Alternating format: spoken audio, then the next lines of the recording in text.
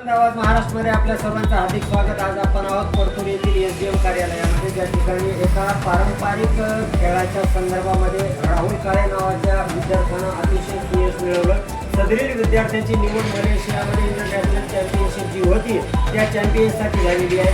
त्या संदर्भात सखोल माहिती जाणून घेऊया. तर काय परिचय आपला काय सांगा? जालना जिल्हा सिलंबम स्पोर्ट्स असोसिएशन याचं जिल्हाध्यक्ष पद माझ्याजवळ आहे.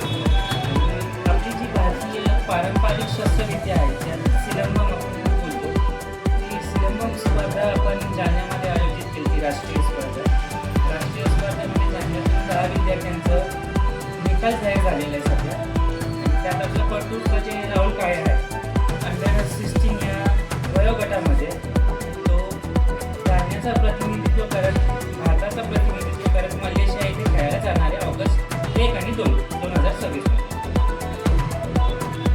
या ठिकाणी काय अडचणी आहेत, त्याच्यासमोर काय आव्हानं असणार, आर्थिक बाबी असतील, शासनाकडून मिळणारी मदत असेल, काय सांगाल?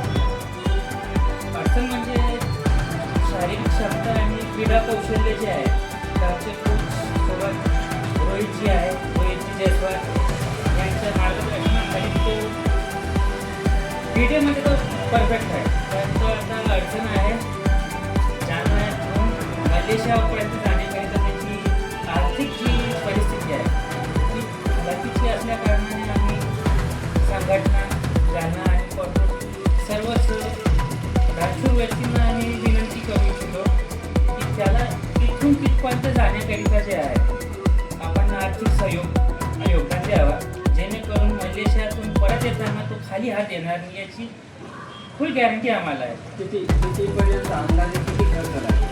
अंदाजे खर्च 1,20,000 असा आहे. त्यात USM मलेशिया इथे होणारा जो इव्हेंट आहे तिथे जाणे, राहणे, खाणे, पिणे, प्लेट तिकीट असा टोटल खर्च आहे 1,30,000. स्वतःच्या गुणकौशल्यानं आपल्या जिल्ह्याचं, आपल्या विभागाचं आणि आपल्या राज्याचं नाव करू पाहणाऱ्या या युवा खेळाडूला गरज आहे आपल्या सढळ हातानं मदत करण्याची.